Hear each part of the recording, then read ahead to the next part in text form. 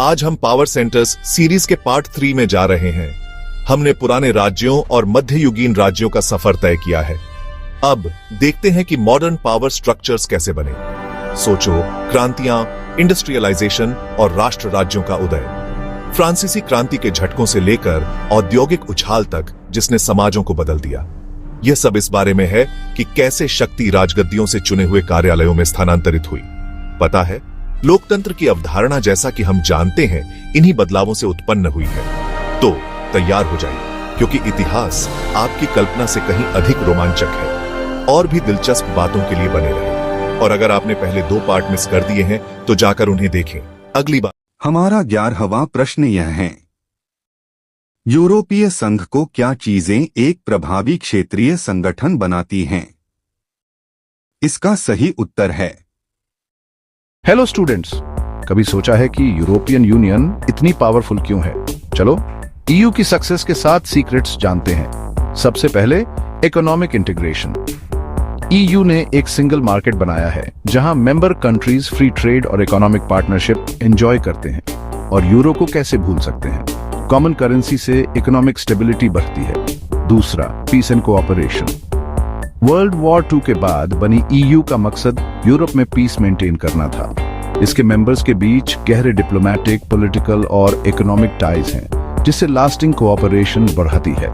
तीसरा, common policies. EU agriculture, environment, trade, immigration और भी बहुत कुछ पर यूनिफाइड पॉलिसीज बनाती है। इससे मेंबर स्टेट्स में कंसिस्टेंट डायरेक्शन और डिसीजन मेकिंग होती है। चौथा, कलेक्टिव सिक्योरिटी। नेटो के साथ पार्टनर करके ईयू सिक्योरिटी पॉलिसीज डेवलप करती है ताकि मेंबर कंट्रीज एक्सटर्नल थ्रेट से सेफ रहें। सेफ्टी इन नंबर्स, है ना? पांचवा, डेमोक्रेटिक गवर्नेंस। ईयू का decision making process democratic principles पर बेस्ड है। European parliament important role play करता है जहां सिटीजन्स डायरेक्टली रिप्रेजेंटेड होते हैं। छठा, emphasis on human rights and the rule of law. EU human rights, freedom और लीगल गवर्नेंस को चैंपियन करती है। European court of justice laws देखता है और इंश्योर करता है कि सभी मेंबर स्टेट्स में उनका पालन हो। आखिर में, financial assistance. EU different programmes के थ्रू इकोनॉमिक सपोर्ट और इन्वेस्टमेंट देती है। ये फाइनेंशियल एड मेंबर कंट्रीज को सोशल और इकोनॉमिक ग्रोथ अचीव करने में हेल्प करती है। तो ये लीजिए, ये 7 एलिमेंट्स मिलकर यूरोपियन यूनियन को एक फॉर्मिडेबल और इफेक्टिव रीजनल ऑर्गेनाइजेशन बनाते हैं। इन सीक्रेट्स को याद रखिए और आप समझ जाएंगे कि ईयू इतनी सक्सेसफुल क्यों है। हमारा 12वां प्रश्न यह है कि चीन और भारत की उभरती अर्थव्यवस्थाओं में मौजूदा एक ध्रुवीय विश्व व्यवस्था को चुनौती दे सकने की क्षमता है। क्या आप इस कथन से सहमत हैं? अपने तकों से अपने विचारों को पुष्ट करें। इसका सही उत्तर है दुनिया ग्लोबल पावर बैलेंस में एक बहुत बड़ा बदलाव देख रही है। चाइना का इकोनॉमिक ग्रोथ कमाल का रहा है, उसकी मैन्युफैक्चरिंग पावर का कोई मुकाबला नहीं। बेल्ट एंड रोड इनिशिएटिव या BRI चाइना के एम्बिशन को दिखाता है। ये बहुत बड़ा इंफ्रास्ट्रक्चर प्रोजेक्ट कई कॉन्टिनेंट्स में फैला है, एशिया, अफ्रीका और यूरोप को जोड़ता है। चाइना रोड्स, रेलवेज, पोर्ट्स और एनर्जी पाइपलाइंस बनाने में ट्रिलियंस डॉलर्स लगा रहा है। BRI का मकसद ट्रेड और कनेक्टिविटी बढ़ाना है। इसके रास्ते में आने वाले देशों का इकोनॉमिक डेवलपमेंट बढ़ाना है। क्रिटिक्स का कहना है कि ये एक डेब्ट ट्रैप डिप्लोमेसी टूल है जिससे चाइना जियोपॉलिटिकल पावर हासिल करना चाहता है। लेकिन BRI के ट्रांसफॉर्मेटिव पोटेंशियल को नकारा नहीं जा सकता। इसमें ग्लोबल ट्रेड पैटर्न्स को बदलने और इकोनॉमिक इंटीग्रेशन के नए दौर की शुरुआत करने की क्षमता है। चाइना की इकोनॉमिक ताकत दुनिया को बदल रही है। इसका असर हर इंडस्ट्री में दिख रहा है, मैन्युफैक्चरिंग से लेकर टेक्नोलॉजी तक।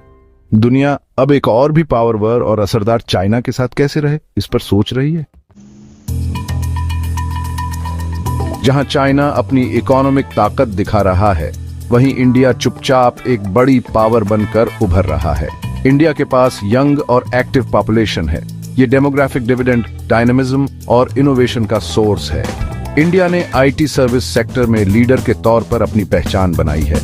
इंडियन सॉफ्टवेयर इंजीनियर्स और IT प्रोफेशनल्स दुनिया भर में डिमांड में हैं। इंडिया का स्टार्टअप इकोसिस्टम भी तेजी से बेअरैच रहा है।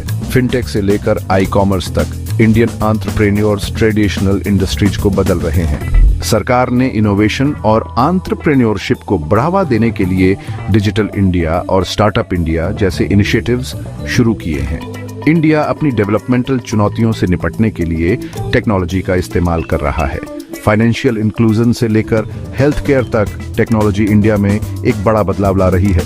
इंडिया का इकोनॉमिक ग्रोथ उसके डेमोक्रेटिक वैल्यूज और मजबूत इंस्टीट्यूशंस पर टिका है। एक लोकतंत्र होने के नाते इंडिया चाइना के ऑथोरिटेरियन मॉडल के उलट है। इंडिया की कामयाबी दिखाती है कि इकोनॉमिक ग्रोथ और डेमोक्रेसी साथ साथ चल सकते हैं। चाइना की बढ़ती इकोनॉमिक और मिलिट्री ताकत ने उसकी फॉरेन पॉलिसी को और आक्रामक बना दिया है। चाइना अपनी सीमाओं के बाहर अपनी पावर दिखाने को तैयार है। साउथ चाइना सी में चाइना आर्टिफिशियल आइलैंड्स बना रहा है और विवादित इलाकों को मिलिटराइज कर रहा है। इससे उसके पड़ोसी देशों और अमेरिका के साथ तनाव बढ़ गया है। इंडिया भी इंडो पैसिफिक रीजन में अपनी स्ट्रेटेजिक मौजूदगी मजबूत कर रहा है। इंडिया अपने पड़ोस में चाइना के बढ़ते प्रभाव को लेकर चिंतित है। इंडिया ने अमेरिका, जापान और ऑस्ट्रेलिया जैसे देशों के साथ अपनी स्ट्रेटेजिक पार्टनरशिप को गहरा किया है। क्वाड्रिलेटरल सिक्योरिटी डायलॉग या क्वाड इन बढ़ते कन्वर्जेंस को दिखाता है। इंडो पैसिफिक रीजन में इकोनॉमिक और जियोपॉलिटिकल फोर्सेस का एक कॉम्प्लेक्स इंटरप्ले देखने को मिल रहा है। जैसे जैसे चाइना और इंडिया का उदय हो रहा है, यह क्षेत्र स्ट्रेटेजिक कंपटीशन का केंद्र बनता जा रहा है। इंडो पैसिफिक में शांति और स्थिरता बनाए रखना ग्लोबल सिक्योरिटी और प्रॉस्पेरिटी के लिए बहुत जरूरी है। अमेरिका के दबदबे वाला यूनिपोलर वर्ल्ड ऑर्डर अब एक मल्टीपोलर सिस्टम में बदल रहा है। चाइना का इकोनॉमिक ग्रोथ और जियोपॉलिटिकल आक्रामकता मौजूदा ऑर्डर को चुनौती दे रहे हैं। इंडिया का एक बड़ी पावर के रूप में उभरना इस बदलाव को और तेज कर रहा है। दुनिया अब एक ही महाशक्ति के कंट्रोल में नहीं है। पावर अब कई सेंटर्स ऑफ इन्फ्लुएंस के साथ बंट रही है। ये मल्टीपोलर वर्ल्ड कॉम्परेशन और कंपटीशन दोनों से भरा होगा। देशों को रिलेशनशिप्स के एक कॉम्प्लेक्स वेब को समझना होगा। चाइना और इंडिया का उदय ग्लोबल कम्युनिटी के लिए अपॉर्चुनिटीज और चैलेंजेस दोनों लेकर आया है। सभी देशों के लिए जरूरी है कि वो बातचीत और कोऑपरेशन के जरिए कॉमन चैलेंजेस का हल निकालें। दुनिया एक नए दौर में प्रवेश कर रही है। चाइना और इंडिया का उदय दुनिया को बदल रहा है। भविष्य इस बात पर निर्भर करेगा कि ये दोनों एशियन जायंट्स एक दूसरे और बाकी दुनिया के साथ कैसे रहते हैं। हमारा 12वां प्रश्न यह है कि चीन और भारत की उभरती अर्थव्यवस्थाओं में मौजूदा एक ध्रुवीय विश्व व्यवस्था को चुनौती दे सकने की क्षमता है। क्या आप इस कथन से सहमत हैं? अपने तकों से अपने विचारों को पुष्ट करें। इसका सही उत्तर है यार, अगर आपको लगता है दुनिया एक आदमी का खेल है तो आप गलत फहमी में हो। चाइना और इंडिया ये दोनों लाइमलाइट में आ रहे हैं। चाइना और इंडिया ऊपर जा रहे हैं, दुनिया के पावर बैलेंस को चैलेंज कर रहे हैं। चाइना की इकोनॉमी तो फट गई है, दुनिया की दूसरी सबसे बड़ी बन गई है। सोचो कितना ज्यादा प्रोडक्शन, कितना एक्सपोर्ट और बेल्ट एंड रोड जैसा बड़ा प्रोजेक्ट। और इंडिया वो भी बूम कर रहा है अपनी बड़ी पॉपुलेशन और कमाल के आईटी सर्विसेज के दम पर। अब दुनिया के नक्शे की बात करें तो चाइना अफ्रीका, एशिया और लैटिन अमेरिका में जमकर पैसा लगा रहा है। साउथ चाइना सी में उसकी हरकतें और ताइवान पे उसका स्टैंड सीधा अमेरिका के दबदबे पर निशाना। इंडिया भी खाली नहीं बैठा है। इंडो पैसिफिक में अपनी सिक्योरिटी मजबूत कर रहा है और अमेरिका, जापान, ऑस्ट्रेलिया के साथ क्वाड ग्रुप में मिलकर काम कर रहा है। टेक की बात करें तो चाइना 5G, AI और एडवांस्ड मैन्युफैक्चरिंग में आगे है। इंडिया स्टार्टअप्स और सॉफ्टवेयर में धमाल मचा रहा है। दुनिया एक पोल से कई पोल वाले सिस्टम में बदल रही है। चाइना और इंडिया अब इसमें मेन प्लेयर है। हाँ, चैलेंजेस तो हैं, पर इनका आगे बढ़ना कोई रोक नहीं सकता। इन पावर हाउस पर नजर रखना, दुनिया का स्टेज बदल रहा है। हमारा 13वां प्रश्न यह है, मुल्कों की शांति और समृद्धि क्षेत्रीय आर्थिक संगठनों को बनाने और मजबूत करने पर टिकी है। इस कथन की पुष्टि करें। इसका सही उत्तर है यार, आपको पता है क्या, रीजनल इकोनॉमिक ऑर्गेनाइजेशंस असली में सीक्रेट सुपर हीरोज हैं। क्यों? वो देखते हैं। यूरोपियन यूनियन जैसे रीजनल इकोनॉमिक ऑर्गेनाइजेशंस अपने मेंबर कंट्रीज के लिए बहुत कुछ करते हैं। ये फ्री ट्रेड और शेयर्ड इकोनॉमिक पॉलिसीज को बढ़ावा देते हैं, जिससे सबको स्टेबिलिटी और अच्छी लाइफ मिलती है। ये ऑर्गेनाइजेशंस पॉलिटिकल और इकोनॉमिक बॉन्ड्स को भी मजबूत करते हैं, जिससे झगड़े कम होते हैं। सोचो, ये एक क्लब की तरह है जहां सब साथ मिलकर रहना चाहते हैं, क्योंकि इससे सबको फायदा होता है। और तो और ये शेयर्ड रिसोर्सेज जैसे पानी और बिजली को मैनेज करते हैं, जिससे झगड़े कम होते हैं और सब मिलजुल कर काम करते हैं। ज्यादा इन्वेस्टमेंट और फाइनेंशियल एड से मेंबर कंट्रीज अपनी इकोनॉमी को बूस्ट कर सकते हैं, गरीबी कम कर सकते हैं और बेरोजगारी भी कम कर सकते हैं। मतलब सोशल पीस और इकोनॉमिक ग्रोथ दोनों के लिए फायदा ही फायदा।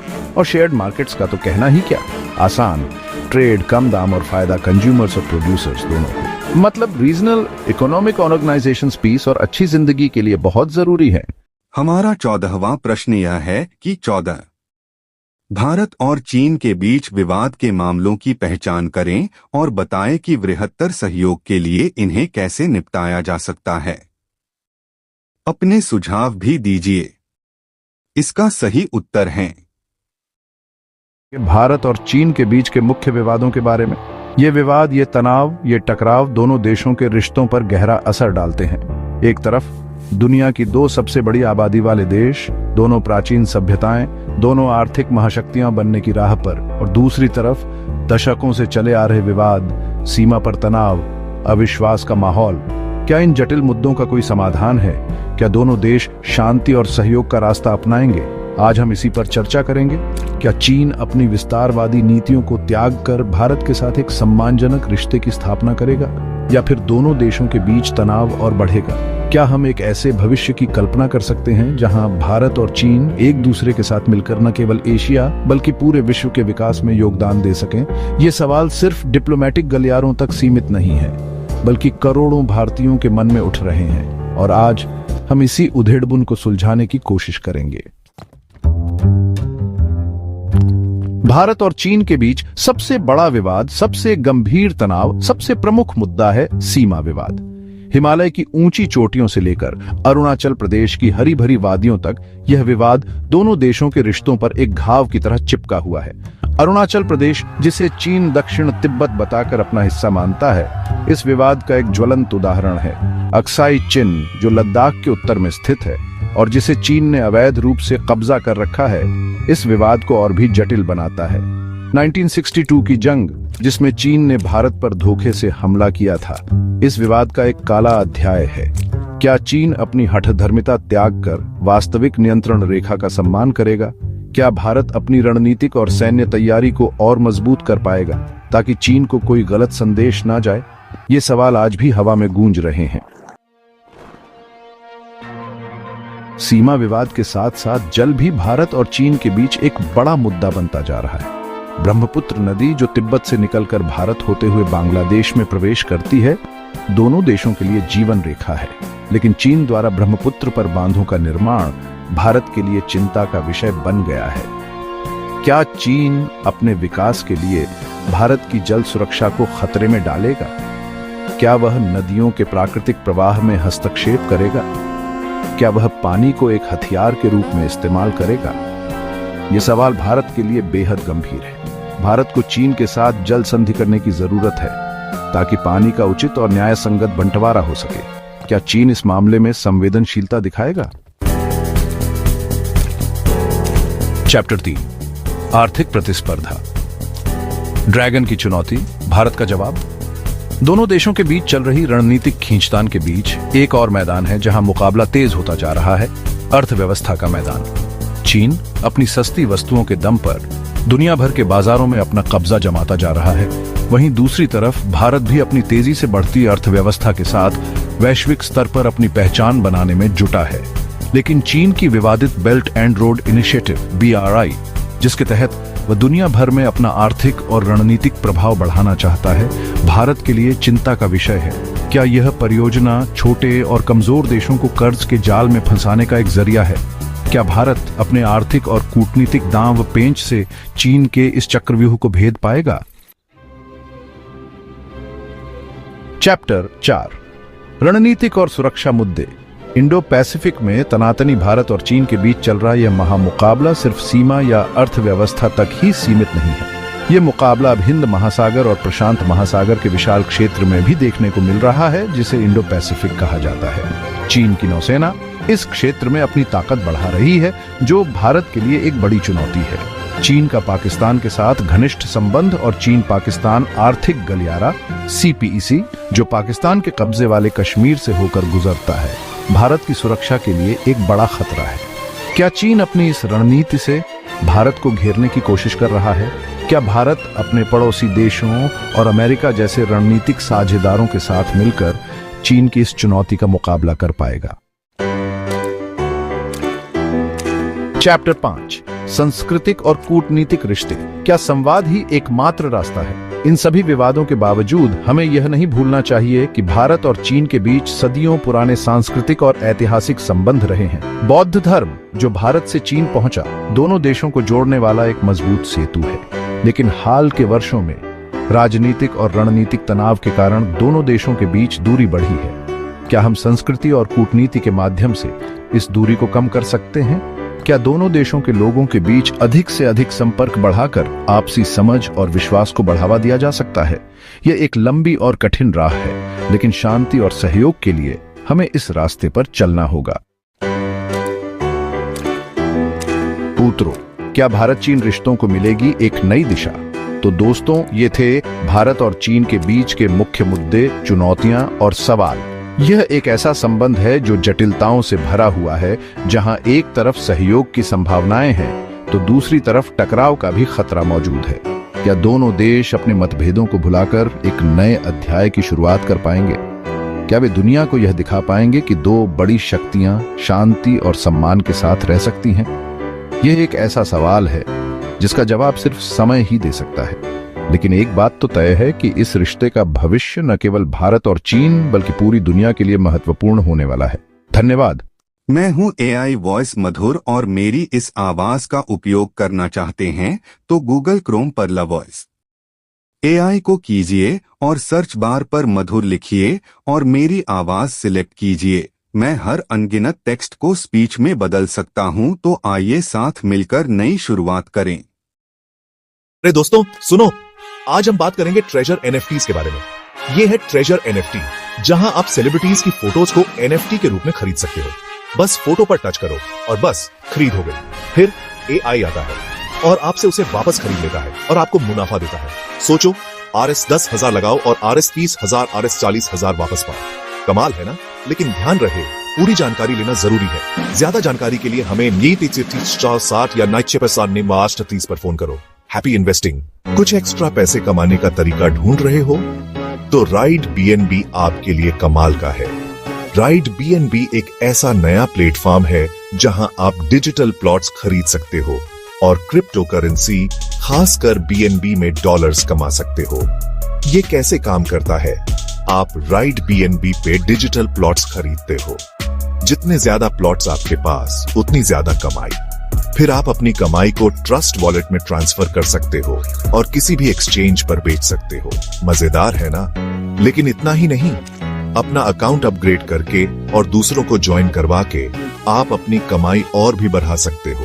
तो फिर आज ही राइड BNB कम्युनिटी ज्वाइन क्यों नहीं करते? डिजिटल इन्वेस्टमेंट्स की एक्साइटिंग दुनिया में कदम रखो और अपने पैसों का मालिक बनो। याद रखो, सिर्फ पैसे कमाना ही नहीं है, बल्कि एक अच्छी कम्युनिटी का हिस्सा बनना और सीखते रहना भी जरूरी है। अभी साइन अप करो और राइड BNB के साथ अपना सफर शुरू करो। आपका फ्यूचर सेल्फ आपको शुक्रिया कहेगा।